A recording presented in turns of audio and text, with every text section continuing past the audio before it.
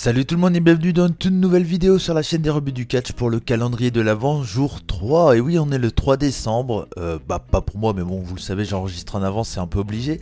Et je suis très heureux de vous retrouver pour aujourd'hui vous parler d'un match qui m'a énormément plu, en même temps c'est le but de la vidéo. Aujourd'hui je vais vous parler d'un match que je pense que peu de monde qui va regarder cette vidéo l'ont vu, et c'est pour ça que ça va être assez difficile pour moi d'essayer de vous motiver à aller voir un match qui se passe au Portugal, dans une toute petite structure qui est peu visible, qui est disponible quand même on peut regarder le show assez facilement, mais voilà, ça a toujours été mon objectif sur la chaîne des rebuts du catch, de vous donner envie d'aller voir des matchs que peut-être vous pouvez passer à côté, alors que clairement il faut vraiment pas passer à côté. Et donc je vais vous parler de Daisuke Kanehira contre Mad Dog Max. Le match a eu lieu à la CTW, la Centro de Treinos de Wrestling.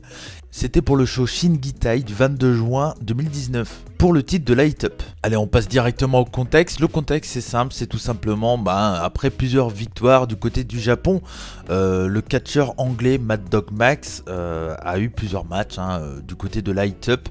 Et il a à chaque fois gagné, donc à force de gagner, les dirigeants de Light Up, sûrement de la CTW également, ont décidé tout simplement qu'il allait avoir un match pour le titre de Light Up.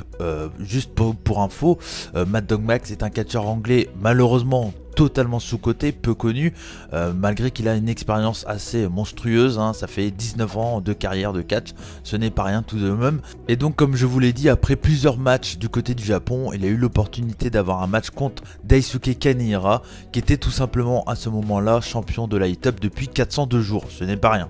Le match a eu lieu lors du show Shingitai de la Centro de Treinos de Wrestling, qui est tout simplement une structure en alliance avec la PWL, qui est la structure de Mad Dog Max, et la structure japonaise Hit Up. Alors vous allez peut-être me demander, mais pourquoi ça s'est fait chez CTW et pas chez PWL ou chez Hit Up par exemple? Je vous l'avoue, je n'ai pas spécialement la réponse. Je pense que c'est tout simplement parce que Mad Dog Max est assez populaire du côté du Portugal. Et donc voilà, il y a eu l'occasion du fait que Daisuke Kanehira était booké pour le show Shingitai. Et donc voilà, le match s'est fait là au Portugal. Et dernière petite info pour vous mettre un peu dans le contexte, il faut signaler que c'était la première fois que le titre de Light Up, le titre de la structure japonaise, était défendu du côté de Lisbonne. Allez, on va passer au match et je vais vous expliquer du coup pourquoi je mets ce match dans mon calendrier de l'Avent. Si je mets ce match dans mon calendrier, c'est tout simplement parce que j'ai envie de parler de structures un peu plus petites dans ces vidéos, et aussi parce que c'est un match que j'ai adoré, parce que c'est une clinique niveau technique. Si vous aimez tout ce qui est catcheur comme Zack Sabre Jr., des catcheurs hyper techniques qui passent en dessous, passent au-dessus, passent en dessous, passent au-dessus, reprend le bras, reprend la jambe, etc., vous allez adorer Mad Dog Max. Kanehira est un catcheur japonais qui est malheureusement également pas assez connu, parce qu'il travaille pour la Hit Up, qui est une petite structure du côté du Japon, qui fait quand même des sacrés shows avec quand même à peu près 1000 personnes. Donc ce n'est pas totalement rien, mais ça reste une toute petite structure si on la compare par exemple à des structures même comme la Big Japan Pro Wrestling, la Noah, etc. C'est un catcheur qui est lui dans le style clairement à la japonaise, assez technique tout de même, donc ça va très bien avec Mad Dog Max, mais ça reste un bon striker. Le match en lui-même a un rythme assez posé. Mais franchement, ce qui est bien, c'est posé, mais c'est facile à comprendre. Voilà, c'est pas de la technique un peu chiante, style shoot style, etc. C'est vraiment de la technique vraiment facile à comprendre. Et moi, c'est ça que j'aime dans ce match-là. Le match en lui-même est pas trop long, donc ça, c'est ça qui est bien. Moi, ce que j'aime, comme je vous l'ai dit, c'est facile. Il y a des petites roulades, des petits trucs et tout, mais voilà, il n'y a rien de compliqué. C'est du catch simple, et en même temps, ça reste quand même très technique. Et les deux hommes font vraiment un match à 50-50 du début à la fin, et moi c'est ce que j'aime. Donc si vous aimez tout ça, tous les matchs techniques avec des clés de bras, des belles souplexes, du catch assez old school avec des doubles lariats, enfin voilà, des trucs hyper classiques, vous allez surkiffer ce match. Et en tout cas moi c'est mon cas. Vous allez sûrement me le demander, mais vous allez me dire, mais Cody, où c'est qu'on peut regarder ce combat? C'est simple, ce combat est disponible sur independentwrestling.tv. Tous les shows de la Centro de Treinos de Wrestling est disponible sur ce network là.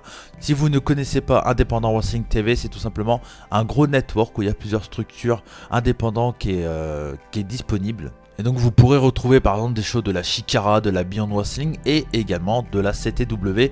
Donc clairement pour 10 € par mois, si vous voulez faire un petit test, je vous conseille ça. Franchement c'est pas cher et ça vaut vraiment le coup, parce qu'en plus de pouvoir voir tous les shows de la CTW, Et franchement les 2 derniers sont vraiment très cool à regarder, même on va dire les 4-5 derniers sont vraiment très sympas.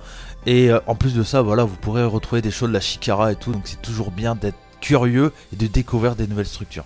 Et pour finir sur le match, il y a un truc que je voudrais dire, c'est que mine de rien, l'ambiance au Portugal est vraiment très cool. Moi j'ai été assez surpris de voir que voilà, il y a des streamers, le public applaudit dès qu'il y a une petite roulade ou un petit truc de Madden Max, vraiment ils apprécient ce style de combat et ça fait plaisir. Donc pour les amoureux de catch technique et facile d'accès, vous allez adorer ça. Et même si vous n'êtes pas un grand fan spécialement de catch technique, je pense que vous pouvez l'apprécier parce que le côté est facile d'accès, facile à comprendre et vraiment très cool. Moi c'est peut-être le genre de match que même pourquoi pas je pourrais montrer à quelqu'un qui n'est pas spécialement un grand fan de catch, parce que voilà, il n'y a pas de grosse prise dans tous les sens, mais c'est tellement facile à comprendre que je peux que vous conseiller de regarder ce match.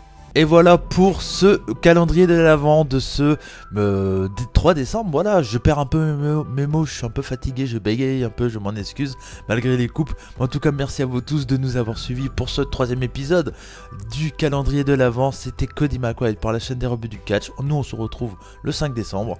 Ciao, ciao, bonsaï, soyez curieux.